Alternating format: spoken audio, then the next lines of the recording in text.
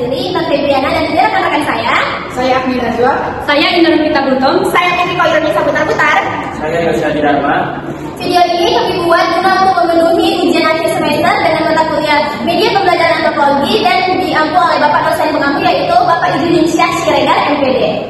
Oke, baik teman-teman, jadi di video ini kami akan menjelaskan bagaimana cara membuat media pembelajaran smartboard dengan tema interaksi sosial. Tonton ya, tonton videonya ya guys. Jadi teman-teman, di video ini kami akan membuat dan menjelaskan bagaimana cara membuat media pembelajaran smartboard dengan tema interaksi sosial. Nah, untuk yang pertama-tama, alat dan bahan itu akan dijelaskan oleh teman kami yaitu Yosia. Baik, di sini saya menjelaskan bahan yang pertama. Bahan yang pertama adalah 2 buah kardus ukuran besar, dan yang kedua adalah 3 kertas karton hitam. Dan bahan yang ketiga adalah 2 double tip. Bahan yang keempat adalah lakban besar 1 buah. Oke. Nah, baik, selanjutnya bahan yang kelima itu ada 2 materi perinan yang dilaminating dan juga 2 materi perinan yang tidak dilaminating. Setelah itu juga perinan 1 print untuk teka-teki seru yang telah dilaminating dan juga print judul-judul bacaan yang di print. Setelah itu ada print gambar. Setelah itu juga ada print untuk cover bagian luar, ada 4 bagian, dan juga print elemen-elemen gambar yang akan ditempelkan untuk di luar. kemudian yang keenam ada kertas origami sebanyak 2 buah, kemudian yang ketujuh ada tusuk atau biji 10 buah, kemudian yang ke-8 ada styrofoam 1 buah, yang ke-9 ada gunting 5 buah, dan yang terakhir yang ke-10 ada pisau atau kartel sebanyak 1 buah. Oke, baik, untuk langkah-langkah pembuatannya akan dijelaskan oleh Fitri. Baik, di sini saya akan menjelaskan langkah-langkah pembuatan dari media yang kami buat. Untuk langkah yang pertama, itu kardus dipotong dengan ukuran 20 x 24 cm menjadi 4 bagian utama. Untuk langkah yang kedua, setelah kardus sudah dipotong, kardus itu dilapisi menggunakan kertas karton secara rapi, dilapisi dengan secara tertutup agar supaya lebih rapi. Setelah itu, untuk langkah yang ketiga, setelah kardus sudah dilapisi menggunakan kertas karton hitam, setelah itu keempat bagian itu digabungkan menjadi satu kesatuan agar membentuk media pembelajaran yang lebih kokoh. Nih, 4 bagian ini dijadikan satu menggunakan lakban.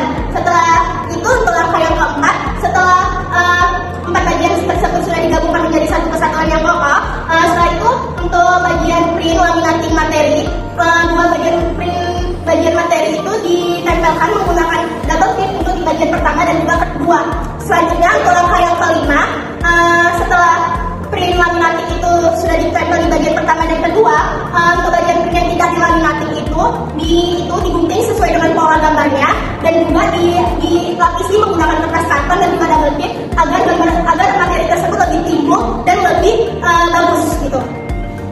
Oke, untuk langkah-langkah selanjutnya akan dijelaskan oleh Indah.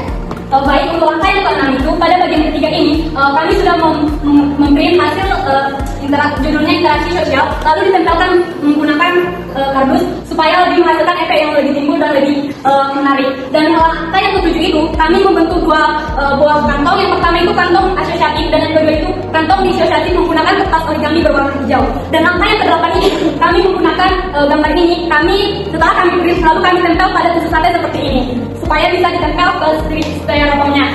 Dan untuk langkah yang ke-9 kami di sini menggunakan styrofoam sebagai alas yang dimana ukurannya itu 20 x 20 cm dan dialasi oleh kertas karton berwarna hitam seperti ini. Dan langkah yang ke-10 itu pada bagian keempat ini, kertas yang sudah dilaminasi seperti ini adalah teka-teki seru interaksi sosial.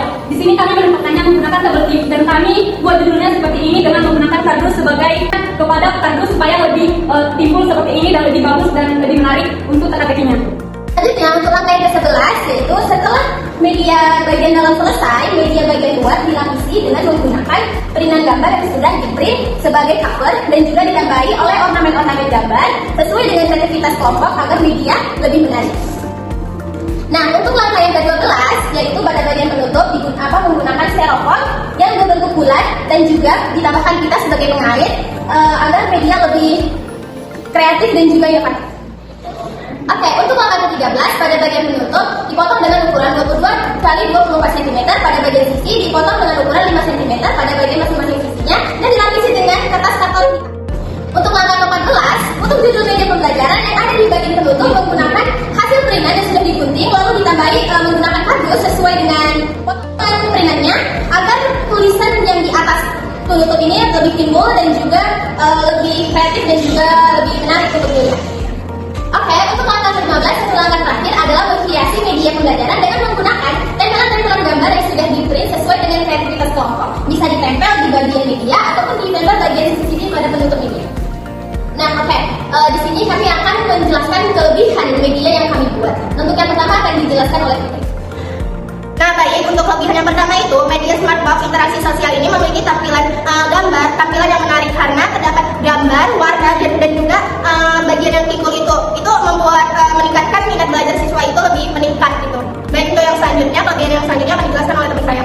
Baik, untuk kelebihan yang kedua ini, media ini bersifat interaktif karena siswa dapat membuka, melihat, dan memainkan bagian-bagian media ini secara langsung dalam proses pembelajaran. Baik, kelebihan yang ketiga yaitu media interaksi sosial ini disajikan secara kreatif dan ringkas sehingga memudahkan para siswa dalam memahami proses pembelajaran. Nah, untuk kelebihan yang keempat, dengan adanya kantong interaksi sosial asosiatif dan juga disosiatif di dalam media pembelajaran ini, dan juga terdapat tekanan di dalamnya membuat siswa tidak cepat bosan dan membuat suasana kelas lebih hidup dan juga lebih enak untuk belajar. Baik, kelebihan yang terakhir adalah media ini menggunakan bahan yang sederhana dan mudah ditemukan sehingga irit biaya dan bisa meningkatkan kreativitas kelompok. Nah, selanjutnya untuk kekurangan media pembelajaran yang kami buat akan disampaikan oleh Diti. Baik, untuk kekurangan media yang pertama yaitu media Smartbox interaksi sosial ini itu memiliki banyak bagian dan juga lipatan sehingga diperlukan kehati-hatian saat menggunakannya agar tidak mudah lepas atau juga rusak. Baik, untuk kekurangan yang kedua itu, media ini tulisan atau bacaan pada media ini terlihat kecil sehingga siswa yang dari jarak jauh sulit untuk membaca materi pada bagian media ini. Baik, kekurangan yang ketiga, media ini menggunakan bahan kardus dan kertas yang mudah rusak apabila terkena air atau terlalu sering digunakan.